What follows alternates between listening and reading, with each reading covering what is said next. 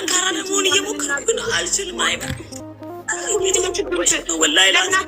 እኮ በዚህ ሳምንት መሄድ ከፈለሽ ቤተሰብ ጋር ሄደሽ ማረፍ ከፈለሽ ትኬት ከሆነ ችግሩ እኔ እችልሻለሁ። ትኬት ብቻዬን እኔ ራሴ ትኬት ልቁረጥልሽ። ሱሱ እንደዛ ይሻላል። በእናትሽ ትሂድና ትረፍ ትንሽ በእናትሽ።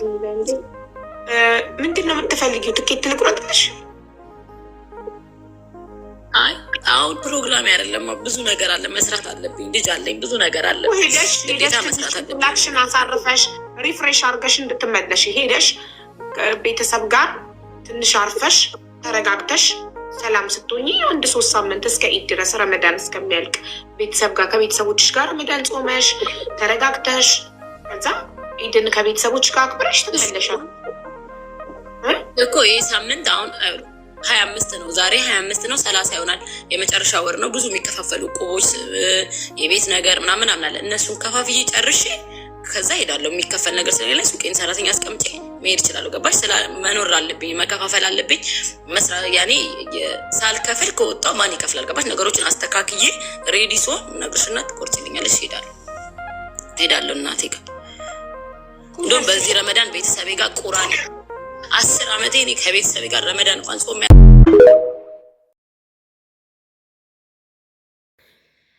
እንግዲህ አጃይብ ጉድ የሚያስብል ነገር ሰምተናል ማለት ነው። የት ነው ወዴት ነው ካላችሁ እንግዲህ ከዱባይ ወደ ቤሩት ተሸጋግረናል ማለት ነው። በፊት እንግዲህ እውነት ለመናገር ዱባይ በጣም የተለያየ ነገር እንሰማለን ማለት ነው። ለማየት ለመስማት ለማየት በቃ ለስንት ነገር ለማየት ዝግንን የሚል ነገር ዱባይ ላይ እናይ ነበር ማለት ነው። እና እንግዲህ የዱባይ መንፈስ ወደ ቤሩት ተጣቅቶ እጅግ አጃይብ የሚል ነገር እንሰማለን ማለት ነው። አሁን ሁሉም ሚስጥራቸውም ምናቸውም ነገራቸውም የት ላይ ነው? ቲክቶክ ላይ ነው ማለት ነው። እና ምንድን ነው እንግዲህ ስለ ጠንቋይ ነው ማለት ነው። ጥንቁል ያርጋችሁና ፈጣሪ አምላክ ማለት ነው እንዶ ማለት ነው። በረመዳኑ በጾሙ ኃጢአት ውስጥ ገባችሁ፣ ኃጢአት ግቡና ማለት ነው። ኃጢአት ያስገባችሁና ማለት ነው። ክርስቲያኖች የሉ ሙስሊሞች የሉ። ምክንያቱም 20 ሺህ ሰው እና 10 ምናምን ሺህ እነዚህን እርኩሶች ቁጭ ብሎ በማየት እንግዲህ ኃጢአት ሆነ ማለት ነው። ምክንያቱም የምን ረመዳን ተጾመ ማለት ነው። የምን ፋሲካ ጾም ተጾመ ማለት ነው። ኃጢአት ላይ ኃጢአት የበለጠ ኃጢአት ነው የምንገባው ማለት ነው። ምክንያቱም እንደዚህ አይነት እርኩስ መንፈስ ቁጭ ብለን ስንሰማና ስናይ እየዋለን ማለት ነው። ባይዘወይ ይቅርታ ውዶች ማሮች። እና እኔ በነገራችን ላይ እኔ እንኳን እንደዚህ ቁጭ ብዬ እነሱን የማይበት ስራ ይቅርና ፀጉሬን የማበጥርበት ጊዜ ራሱ የለኝም፣ እውነት ለመናገር ስራ ማለት ነው። ነገር ግን ቪዲዮ ሪካርደሮች እኮ ውለታችሁ በዝቷል ማለት ነው። እና ሪካርድ እየሰማውኝ ነበረ ማለት ነው። ሪካርድ ነው የምሰማው ብዙን ጊዜ እና እውነት ለመናገር በጣም ነው የገረመኝም በጣም ነው ያዘንኩት። ምክንያቱም ሀበሻ በቃ ስንሰራ የማይወድ ስንቀየር የማይወድ ምን ጉድ እንደሆነ እኔ ግርም ነው የሚለኝ እውነት ለመናገር ማለት እስከ እንዴት የዚህን ያህል የተንኮል ጥግ የክፋት ጥግ።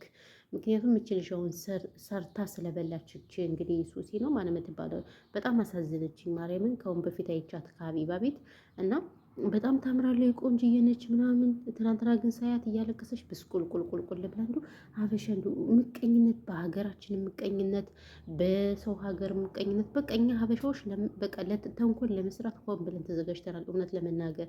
እና እኔ ምን እንደምል ራሱ ግራ ነው የሚያጋባኝ። ቅርታ አድርጉልኝና ቤተሰብ ነው። ምክንያቱም በዚህ ልክ ሰርቶን የሚበላን ሰው ያደገን ሰው ሲያልፍለት ደስ ሊል ይገባል እንጂ ለምን በለጠችን፣ ለምን ሰራች፣ ለምን ተቀየረች፣ በዚህ ልክ እንደዚህ ማበሰቋቆል ፈጣሪ አምላክ ያበሰቋቁላችሁ። ለመናገር እንደዚህ ክፉ መንፈስ ያለባችሁ ሰይጣን ተባባሪዎች፣ የዳቢሎስ ተባባሪዎች እግዚአብሔር አይለፍላችሁ፣ በወጣችሁ ያስቀራችሁት። እውነቴን ነው የምላችሁ። እኔ በጣም ነው ያሳዘነችኝ ይችልሽ።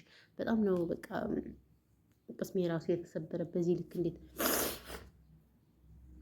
ጋይስ ይቅርታ ክሎሮክስ ይሸታኝ እንደዚህ እንትን ይለኛል ማለት ነው። እና እኔ በጣም ነው የገረመኝ እውነት ለመናገር በዚህ ልክ እንደዚህ መሆን እኔ እንጃ ምን እንደምል ራሱ እኔ በጣም ነው ግራ የገባኝ ማለት ነው።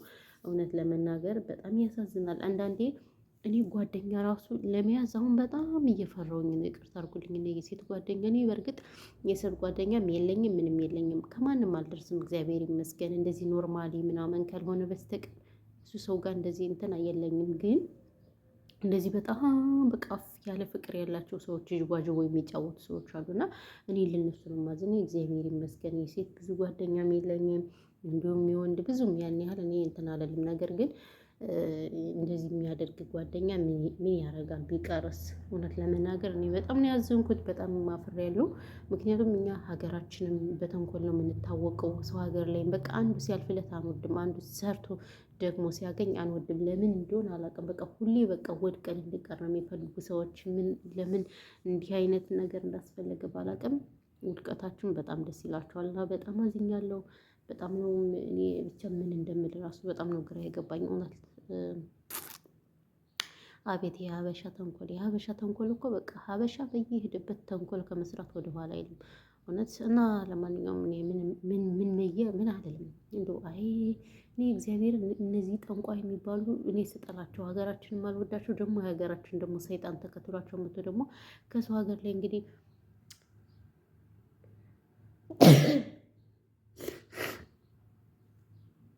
ወይኔ በላቸው ምንድን ነው እንደዚህ የሚያስነጥረኝ? እና ሰው ሀገር ላይም እንግዲህ ተከትሎን መጥቶ መስራት አልቻልንም ማለት ነው። የምቀኝነት ጥግ። ለማንኛውም በጣም ያሳዝናል ቤተሰቦች።